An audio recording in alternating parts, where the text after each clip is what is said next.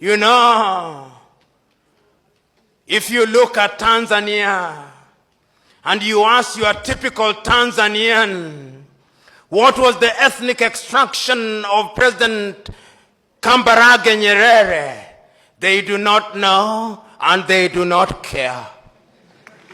If you ask Tanzanians what was the ethnic extraction of the second president of Tanzania, Mzee Ali Hassan Mwinyi, the Tanzanians do not know and they do not care because it does not matter. If you ask them what was the ethnic extraction of the third president of Tanzania, Benjamin William Mkapa, they do not know and it does not matter and they do not care. And if you ask Tanzania what was the ethnic extraction of your fourth president, Jakaya Mrisho Kikwete, they do not know and they do not care. And if you ask them what is the extraction of your fifth president, John Pombe Magufuli, they do not know and they do not care. They only know that he's a bulldozer.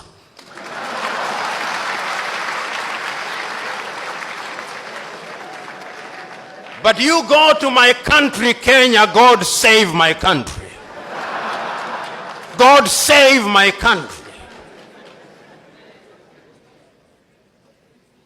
When you meet your typical Kenyan and you introduce yourself as John, they'll ask for the second name, not that they may know your full names, but that they may identify you with your ethnicity and pigeonhole you accordingly. When you go into that country, which is a great country in prospect, but which is being destroyed by negative ethnicity, you ask them who the first president of Kenya was, they'll tell you it was Jomo Kenyatta and he was Kikuyu, and we care. We want our Kikuyu president. And if you ask them who was the second president, they'll tell you it was Daniel Arap Moi of the Kalenjin extraction, and we cared because it was our turn to eat. And if you ask them who was the third president, they'll tell you it is Uhuru Muigai Kenyatta, and he is a Kikuyu, and we want him to continue because we Kikuyus and we Kalenjin only feel safe when one of our own is in State House. And if you ask the opposition and you ask the leaders from my own ethnic group, the Luo of Kenya, the Luo will tell you we have been marginalized for too long. The time has come that God must smile upon us and our son must be the president. And if you ask the Luhya, they'll say the same thing. That is the tragedy of gigantic proportions.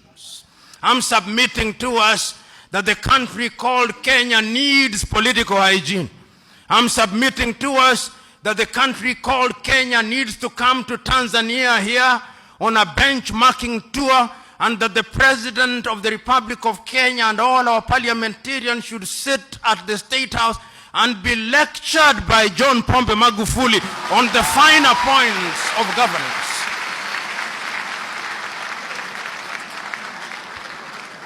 Of course, Mzee Warioba will be there, and other stalwarts will be there. Salim Ahmed Salim will be there. Great Tanzanians will be there. And Nyerere will remind us, katika karne ya 21 tupande basi ya makabila, ujinga na upumbavu, because it can destroy a nation. There is need for political hygiene in Kenya.